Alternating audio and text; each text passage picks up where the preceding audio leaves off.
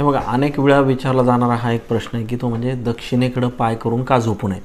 त्याच्या कारणांचा मी शोध घेण्याचा प्रयत्न केला तर याची 3 कारणं आहेत. सगळ्यात पहिलं म्हणजे भौगोलिक कारण, की पृथ्वीचं उत्तर आणि दक्षिण ध्रुव हे एक प्रकारचं मोठं चुंबकीय क्षेत्र आहे, हे एक मॅग्नेटिक फील्ड तयार करतात.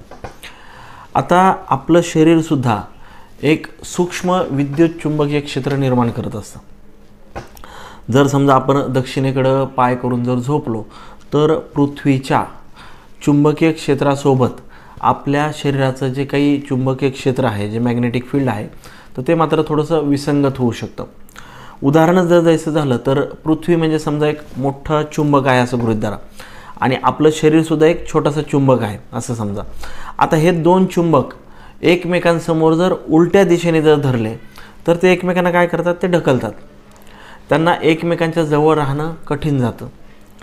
आता अशाच पद्धतीनं काहीसं असंच आपल्या शरीराचं आणि पृथ्वीच्या शक्तीचं सुद्धा होतं. जर समजा आपण दक्षिणेकडे पाय करून जर झोपलो तर आपल्या शरीरात आणि पृथ्वीच्या जे काही मॅग्नेटिक फील्ड आहे याच्यामध्ये एक प्रकारे विसंगती, एक प्रकारे गोंधळ निर्माण होतो. त्यामुळं चांगली झोप लागत नाही, डोकं जड वाटतं आणि सकाळी उठल्यानंतर काही लोकांना थोडासा थकवासुद्धा जाणवू शकतो. आता दुसरी महत्त्वाची गोष्ट म्हणजे रक्ताभिसरणाची जी काही आपली प्रणाली आहे त्याच्यावरसुद्धा परिणाम होत असतो.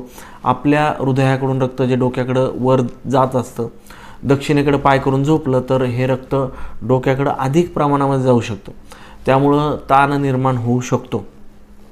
विशेषतः ज्यांना ब्लड प्रेशरचा त्रास आहे, जे लोक वृद्ध आहेत, अशा लोकांसाठी हे कदाचित थोडंसं धोकेदायक ठरू शकतं.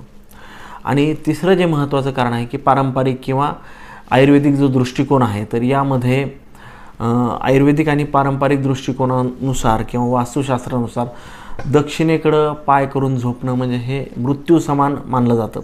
कारण मरण पावल्यानंतरच मृतदेह दक्षिणेकडे पाय करून ठेवला जातो.